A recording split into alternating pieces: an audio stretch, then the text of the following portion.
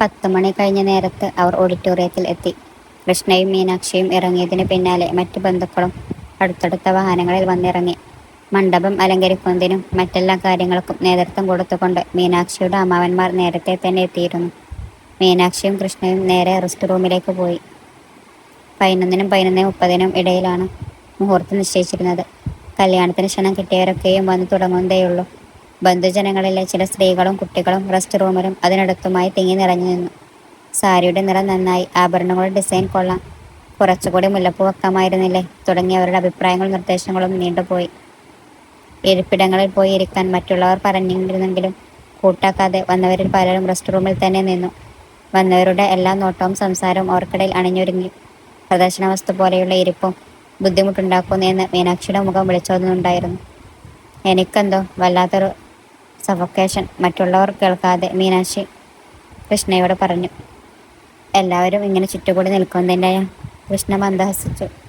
ഇടക്ക് കാവ്യ വന്ന് ഇരുവർക്കും കുടിക്കാൻ ഓരോ ഗ്ലാസ് പാൽ വീതം നൽകി. രാവിലെ പേരിന് എന്തെങ്കിലും കഴിച്ചെന്ന് വിരുത്തി തീർത്തതാണ്. കഴിക്കാൻ സമയം കിട്ടിയതുമില്ല.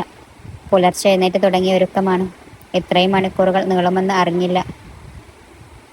പെട്ടെന്ന് ഒരുങ്ങാവുന്നതാണല്ലേ ഉള്ളൂ എന്ന് കരുതിയതാണ്. എന്നാൽ ഭംഗിയിൽ സാരി ഉടുപ്പിച്ചപ്പോൾ തന്നെ 1 മണിക്കൂറായി. പിന്നെ മുടി കെട്ടി ഒതുക്കി ആഭരണങ്ങളെല്ലാം അണിയിച്ച് തലയെ മുല്ലപ്പൂ വെച്ചിറങ്ങിയപ്പോഴേക്കും മണിക്കൂറുകൾ നീണ്ടു. എന്നാൽ കണ്ണാടി നോക്കിയപ്പോൾ മനസ്സിലായി, ഇത്രയും സമയമെടുത്ത് വെറുതെയായിരുന്നല്ലോ. അത്രക്ക് ഭംഗിയായി തന്നെ ഒരുക്കിയിരുന്നു എന്ന് കൃഷ്ണക്ക് തോന്നി. സമയം 10:45 കഴിഞ്ഞു. ചെക്കൻ കൂട്ടർ എത്തിയിട്ടുണ്ട്. പുറത്തു നിന്നാരോ വിളിച്ചു പറയുന്നത് അവർ കേട്ടു. വാ, നമുക്കൊന്ന് കണ്ടിട്ട് വരാം, തിങ്ങി നിറഞ്ഞിരുന്ന സ്ത്രീകൾ എല്ലാം പരസ്പരം പറഞ്ഞു. നിമിഷ നേരം കൊണ്ട് എല്ലാവരും സ്ഥലം കാലിയാക്കി പുറത്തേക്ക് ചെന്നു. കല്യാണച്ചക്കനെ സ്വീകരിക്കുന്നത് കാണാനുള്ള തിരക്കാണ്, ദേവിക പറഞ്ഞു. ധന്യയും ധ്വനിയും ദേവികയും വേറെ 1-2 കുട്ടികളും മാത്രമാണ് അപ്പോൾ മുറിയിൽ ഉണ്ടായിരുന്നത്. കല്യാണപ്പെണ്ണിന് മുന്നിൽ താലപ്പൊലിയേന്തി നടക്കാനായി തിരഞ്ഞെടുക്കപ്പെട്ടവർ ആയിരുന്നു അവർ. പെട്ടെന്ന് പുറത്തൊരു മേളം കേട്ടു. കൃഷ്ണയും മീനാക്ഷിയും പരസ്പരം നോക്കി. ഇരുവരുടെയും മുഖത്ത് ടെൻഷൻ കണ്ടു. ദേവിക ചിരിക്കുന്നുണ്ടായിരുന്നു. അതേസമയം പുറത്ത് കല്യാണച്ചക്കനെ സ്വീകരിക്കുന്ന ചടങ്ങായിരുന്നു. ഹരിയും അഭിമന്യുവും അവരുടെ ബന്ധുജനങ്ങളും എല്ലാം എത്തി. യദവും യാദവും കാൽ കഴുകി കഴുത്തിൽ മാല അണിച്ച് ഇരുവരെയും അകത്തേക്ക് സ്വീകരിച്ചു. പ്രതാപന്റെയും ജാനകിയുടെയും ഒപ്പം അഭിമന്യുവും രാധാകൃഷ്ണന്റെയും പാർവതിയുടെയും ഒപ്പം ഹരിയും മണ്ഡപത്തിലേക്ക് നടന്നു. സദസ്സിനെ വണങ്ങി ഇരുവരും അവരുടെ ഇരിപ്പിടങ്ങളിൽ ഇരുന്നു. ഹരിയും അഭിമന്യുവും പരസ്പരം നോക്കി. ഇരുവരും പുഞ്ചിരിച്ചു. പൂജാരി മന്ത്രം ചൊല്ലിക്കൊണ്ടിരുന്നു. കുറച്ചു സമയത്തിന് ശേഷം താലപ്പൊലിയുടെ അകമ്പടിയോടെ മീനാക്ഷിയും തൊട്ടു പിന്നാലെ കൃഷ്ണയും മണ്ഡപത്തിലേക്ക് നടന്നെത്തി. സദസ്സിൽ ഇരുന്നവരുടെ എല്ലാം ശ്രദ്ധ മണിവാട്ടിമാരിലേക്കായി. കയ്യിൽ താലമേന്തി വധുവായി ഒരുങ്ങി വരുന്നത് കാണാൻ തന്നെ ഒരു പ്രത്യേക ഐശ്വര്യമായിരുന്നു. അഭിമന്യു കണ്ണുടക്കാതെ കൃഷ്ണയെ തന്നെ നോക്കി നിന്നു. ഹരിയുടെ കണ്ണുകൾ മീനാക്ഷിയിലും മുടക്കി. ചക്കൻ്റെ അച്ഛൻ്റെയും അമ്മയുടെയും അനുഗ്രഹം വാങ്ങിക്കോളും. പൂജാരിയുടെ നിർദ്ദേശപ്രകാരം കൃഷ്ണ പ്രതാപന്റെയും ജാനകിയുടെയും കയ്യിൽ വെറ്റിലയും അടക്കയും നൽകി കാലിൽ വീണു അനുഗ്രഹം വാങ്ങി. മീനാക്ഷി രാധാകൃഷ്ണന്റെയും പാർവതിയുടെയും അനുഗ്രഹവും വാങ്ങി. തുടർന്ന് പൂജാരി ഒരു കിണ്ടിയിൽ വെള്ളത്തോടൊപ്പം പൂക്കൾ നിറച്ച് ഇരുവരുടെയും കയ്യിൽ നൽകി. ഗണപതിയെ മനസ്സിൽ സങ്കല്പിച്ച് മുന്നിലിരിക്കുന്ന വിഗ്രഹത്തിൽ 3 തവണ ജലം തൊട്ട് പുഷ്പം അർപ്പിക്കണം. കൃഷ്ണയും മീനാക്ഷിയും അതേപടി ചെയ്തു.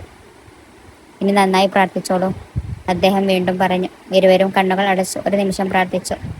ഒരു ഇലയിൽ അല്പം ചന്ദനം ഇരുവർക്കും നൽകി നെറ്റിയിൽ തൊട്ടോളൻ പറഞ്ഞു. 2 പേരും അതേപടി അനുസരിച്ചു. തുടർന്ന് രവീന്ദ്രൻ മീനാക്ഷിയുടെ കൈ പിടിച്ച് മണ്ഡപത്തിലേക്ക് കയറ്റിയപ്പോൾ അച്ഛൻ്റെ സ്ഥാനത്ത് നിന്ന് സതീശനാണ് കൃഷ്ണയെ മണ്ഡപത്തിലേക്ക് കയറ്റിയത്. സദസ്സിനെ വണങ്ങി കൃഷ്ണ അഭിമന്യുവിൻ്റെ അടുത്തും മീനാക്ഷി ഹരിയുടെ അടുത്തുമായി ഇരുന്നു.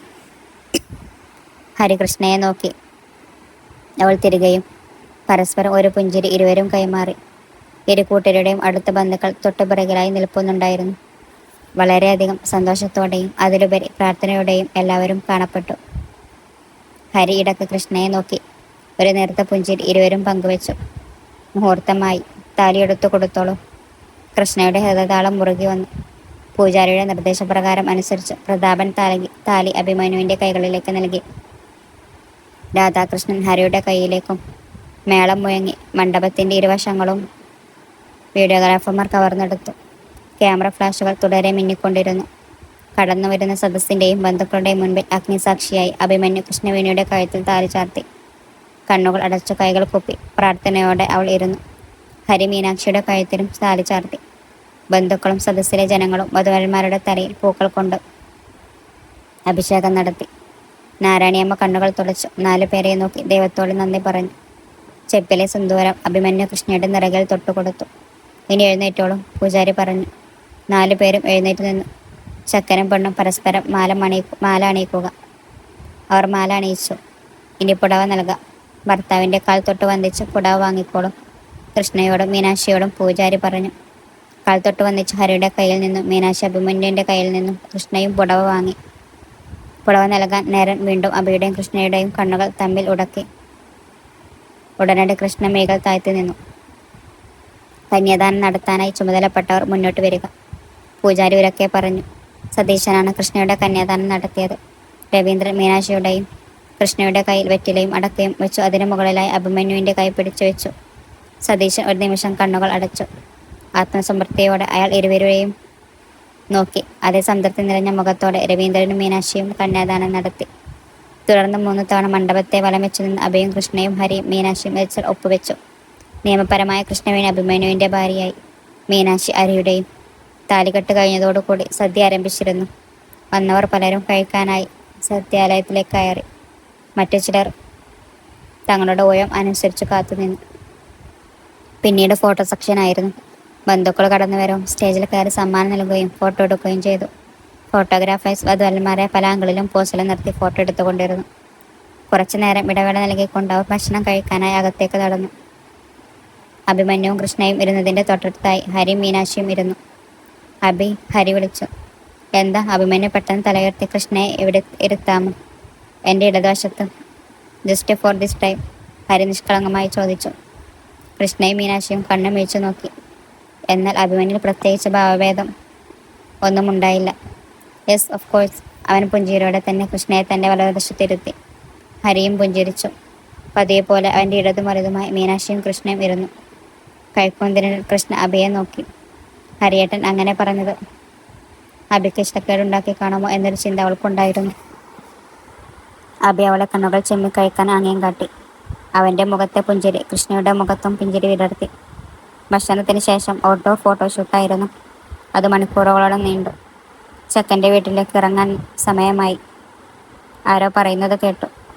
എങ്കിൽ പിന്നെ അവരോട് അതെല്ലാം നിർത്തി പുറപ്പെടാൻ പറയും. സമയം തെറ്റിക്കേണ്ട, നാരായണിയമ്മ പറഞ്ഞു. അഭിയുടെ വീട്ടിലേക്ക് ഒരുപാട് ദൂരം ഉള്ളതല്ലേ, അല്പം നേരത്തെ ഇറങ്ങിയാൽ സമയം തെറ്റാതെ വീട്ടിൽ കയറാമല്ലോ. ഏത് അഭിപ്രായപ്പെട്ടു.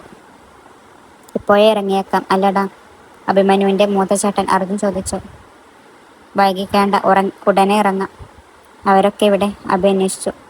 അമ്മയും അമ്മായിമാരുമൊക്കെ കുറച്ചു മുമ്പ് തന്നെ വീട്ടിലേക്ക് പുറപ്പെട്ടു. അവരുടെ വിളക്കും കാര്യങ്ങളുമൊക്കെ തയ്യാറാക്കി വെക്കണ്ടേ?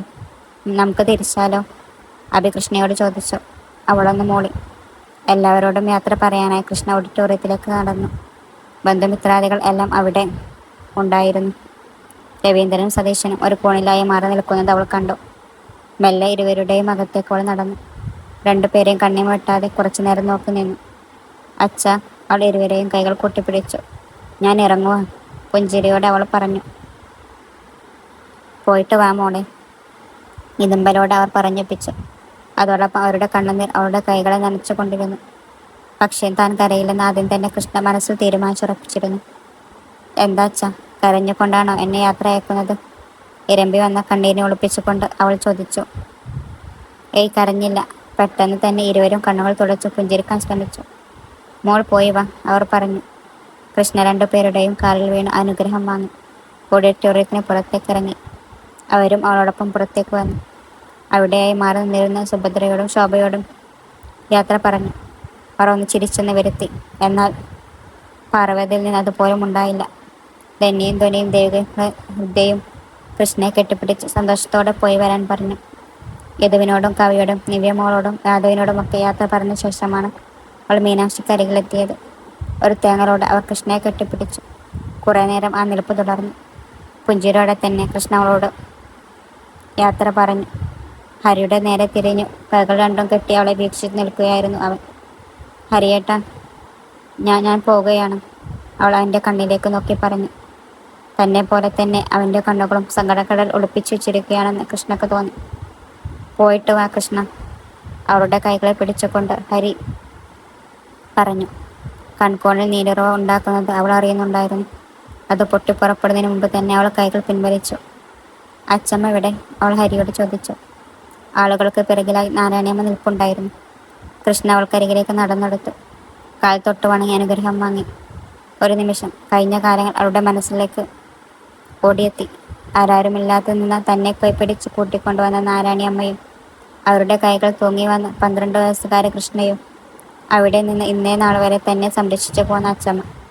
അല്ല, അമ്മ തന്നെയാണ് അവർ. തനിക്ക് കണ്ണിൽ നിന്നും അനുസരണയില്ലാതെ 2 തുള്ളി കണ്ണുനീർ പൊഴിഞ്ഞു വീണു. ഉടനടി കണ്ണുകൾ തുടച്ച് അവൾ എഴുന്നേറ്റു.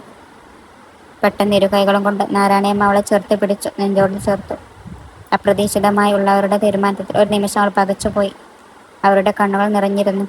ആ കാഴ്ച ചുറ്റുമുള്ളവരുടെ കണ്ണും നിറച്ചു. അവർ കൈകൊട്ടി അഭിമന്യുവിൻ്റെ അടുത്തേക്ക് വിളിച്ചു. ഞാൻ എൻ്റെ തീരുമാനം നിന്റെ മേൽ അടിച്ചേൽപ്പിച്ചതാണെന്ന് കരുതരുത്. ശരിയായ കൈകളിലാണ് നിന്നെ ഏൽപ്പിക്കുന്നതെന്ന് എനിക്ക് ബോധ്യമുണ്ട്. അഭിമന്യുവിൻ്റെ കൈകളിൽ നീ എന്നും സുരക്ഷിതമായിരിക്കും, അവർ കൃഷ്ണയോട് പറഞ്ഞു. കരയരുത് എന്ന തൻ്റെ തീരുമാനത്തെ കണ്ണുകൾ ചതിച്ചിരിക്കുന്നു എന്ന് കൃഷ്ണക്ക് മനസ്സിലായി. നിയന്ത്രിക്കാനാവാതെ അവളുടെ കണ്ണുകൾ നിറഞ്ഞൊഴുകി. കരയരുത്, കണ്ണീർ വാർത്തുകൊണ്ടാകരുത് നീ ഇറങ്ങിപ്പോകുന്നത്. അവർ അവളുടെ കണ്ണുകൾ തുടച്ചു കൊടുത്തു. പോയി വാ, എൻ്റെ എല്ലാ അനുഗ്രഹങ്ങളും കൂടെയുണ്ട്, അവർ ചിരിച്ചുകൊണ്ട് പറഞ്ഞു. കണ്ണുകൾ തുടച്ചു ഒന്നുകൂടി എല്ലാവരെയും തിരിഞ്ഞു നോക്കി അവൾ അഭിമന്യുവിനൊപ്പം കാറിൽ കയറി.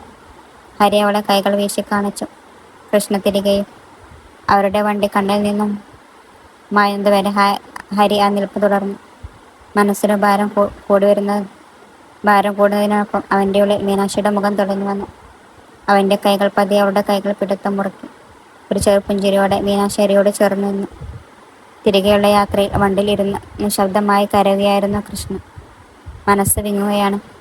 എല്ലാവരെയും പിരിഞ്ഞു പോരുന്നതിലുള്ള വിഷമം, അച്ചമ്മയുടെ ഉള്ളിൽ ഒളിച്ചിരുന്ന സ്നേഹം അറിഞ്ഞതിൽ ഉള്ള സന്തോഷം, എല്ലാം കൂടി കലർന്നൊരു മാനസികാവസ്ഥ. നാരായണിയമ്മ അവസാനം പറഞ്ഞ വാക്കുകൾ അവൾ മനസ്സിൽ ഉരുവിട്ടു. അതിൽ എന്തൊക്കെയോ പൊരുൾ ഉള്ളതുപോലെ. ഉള്ളിലെ സങ്കടം കണ്ണീരായി പുറത്തു വന്നതും. അഭിമന്യു കൈകൾ കൊണ്ട് അവളെ ചേർത്ത് പിടിച്ചു. അവളുടെ കണ്ണിലേക്ക് നോക്കി. ഇനി നിന്റെ കണ്ണുകൾ നിറയരുത് എന്ന് പറയാതെ പറഞ്ഞു. മെല്ലെ അവൻ്റെ തോളിലേക്ക് കൃഷ്ണ ചാഞ്ഞു.